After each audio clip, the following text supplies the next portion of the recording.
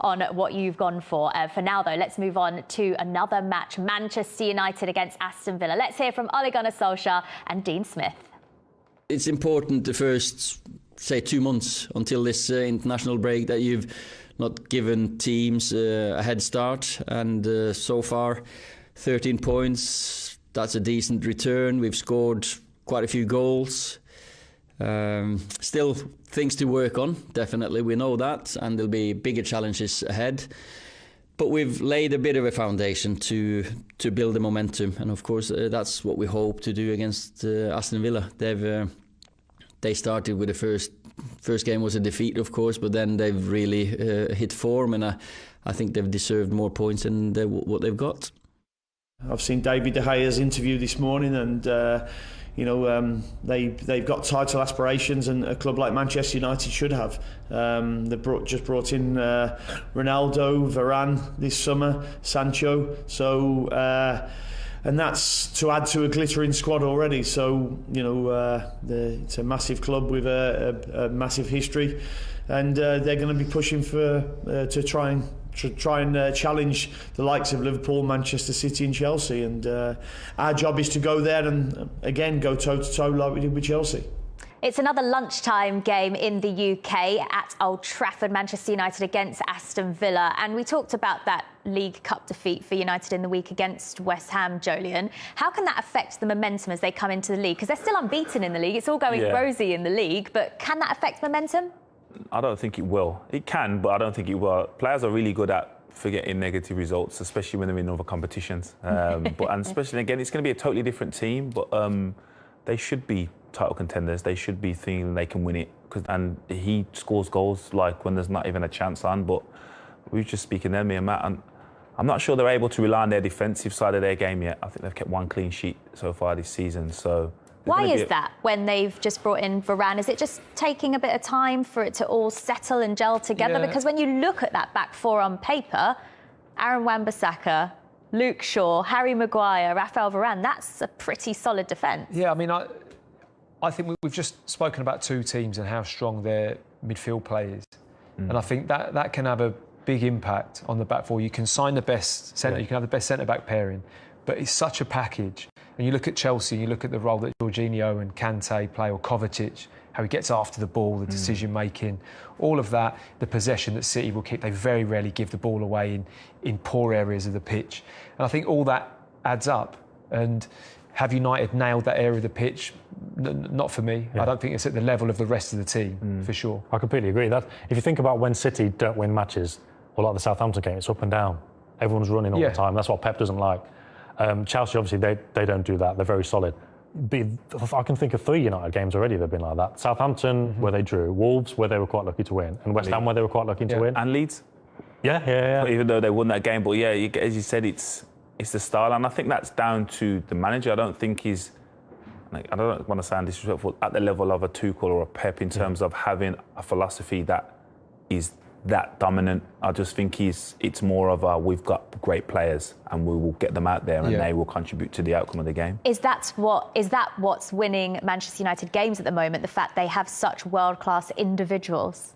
Yes, I would say. I think that they've got a front four that is as good as it comes. Anyone, to be honest, I think, when you look at Ronaldo's goals down the middle, Pogba now adopting this position on the left. King. Bruno Fernandes, who I think is a fantastic player. Sancho, Greenwood. You can go on. It's an amazing attacking lineup. And like you said, defensively, they've got a great centre-back pairing.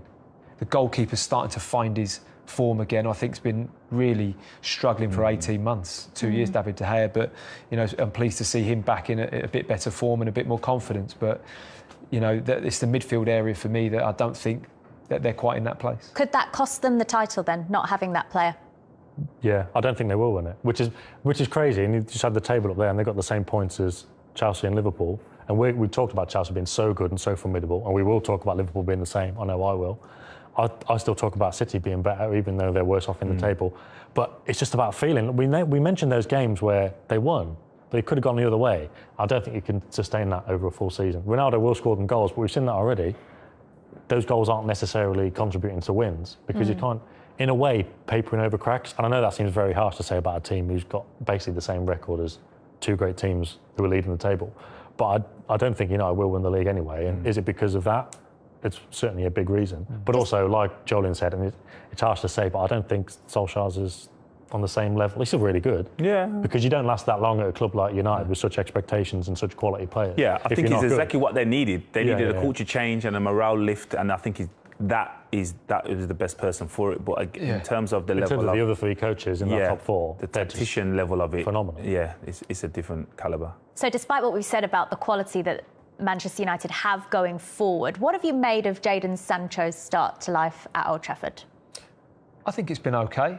I don't think it's been anything beyond that, personally. I think he's had a decent start.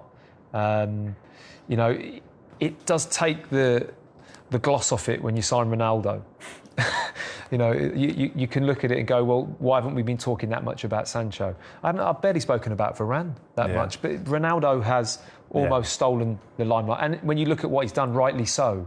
You know, who's going to talk about anything else about Manchester United other than Cristiano Ronaldo at the moment?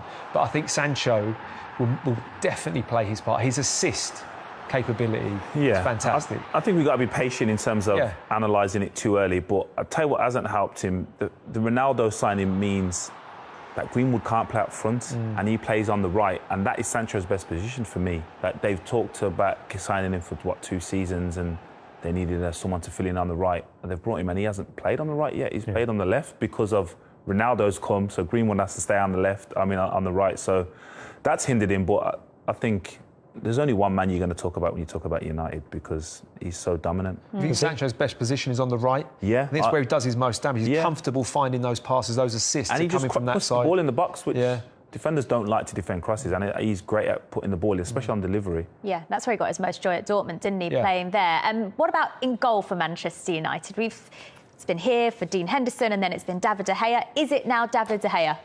You can't drop him when he's playing this well. Like, I don't know if confidence was behind the issues over the last 2 years or whatever. It's easy to understand that, but you certainly wouldn't want to risk taking him out of the team now for no reason. There's no reason whatsoever to take him out of the team at the moment. Henderson's probably unlucky with getting COVID just before the season started. He must be gutted. But exactly. Because he may have started the season, or at least it would have been, you play this game, you play that game, and see how you get on. But De Gea's got his chance, as so many players do in their careers, and the other one falls by the wayside a bit. And he deserves it. Well, he was Player of the Year for like 5 years in a row. So, and that shouldn't happen at United when you're trying to win titles. Your goalkeeper shouldn't be Player of the Season. But at this moment in time, Henderson has no qualms in David De Gea being the man. Ole Gunnar Solskjaer has spoken about David De Gea coming back early to train more. And when you're putting in that extra effort, that also goes a long way. It surely must do. I think he's stepped back in the summer. And he's looked at the end. He had such a disappointing end to last season. I mean, the Europa League just topped it off. What happened in that? He'd lost his position. It was like that was set up to be a practical joke at his expense, wasn't it? It was miss all these penalties, and then you can take it, and you can miss. And you can miss. And it was unbelievable, really. And I think it was a rough time for him. So when that happens, I think you can step back and actually think, well, I need to make some changes. He's like fourth choice Spain goalie as well. Yeah. He's not even in the Spanish squad, so it must have been a hard time for him to deal with and a hard thing to deal with. But like you're saying, he's had to make changes. Yeah. And it doesn't surprise me that he's probably analysed his maybe what he was doing off the field, how he was training, every little facet.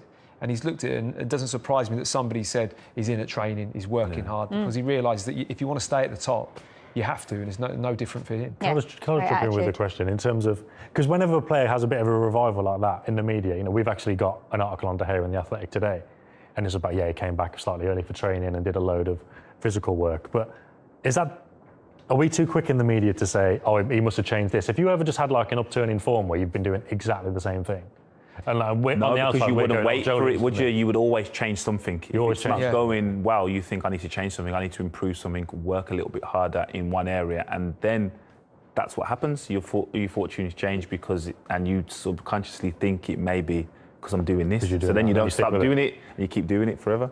I think his was mental. Yeah. I really do. And I think the physical training, yes, he's got better physically, but it's given him more belief mentally. Yeah. And I think he feels he's ticking the boxes, doing what he needs to do to be world class. And whether he went away from that, I don't know. Whether he just had a dip in confidence, but he looks to be far more like the David De Gea that you mentioned was winning Player of the Season year after year. Yeah, well, how much of a challenge will Aston Villa be for Manchester United this weekend? They got a really impressive victory at Everton last week, an excellent second half performance. What was key to that?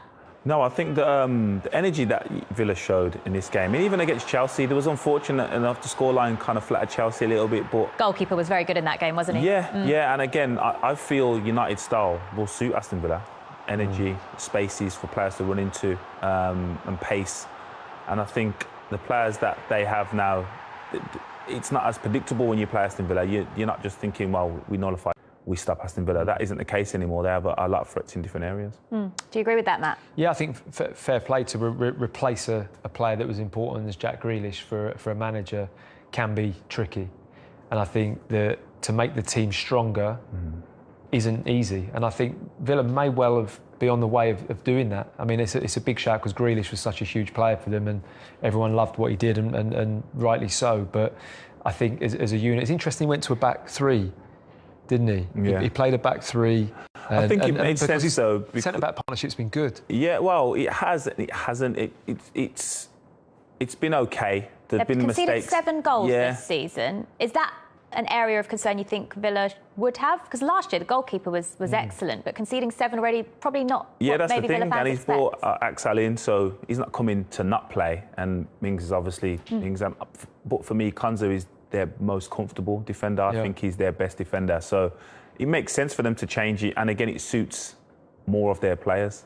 I think the fact that their fullbacks, because Cash is exciting to watch and he gets forward. I think it suits their players in that system more so. Does it allow them to play Watkins and Ings? Yeah. Which I think another thing he's looking at, thinking I need to get both these players on the pitch. Yeah. So, the system change, it worked against Everton, but, it's going to remain to be seen as to what formation he's going to continue with, whether it's going to be a 3 or go back to a 4.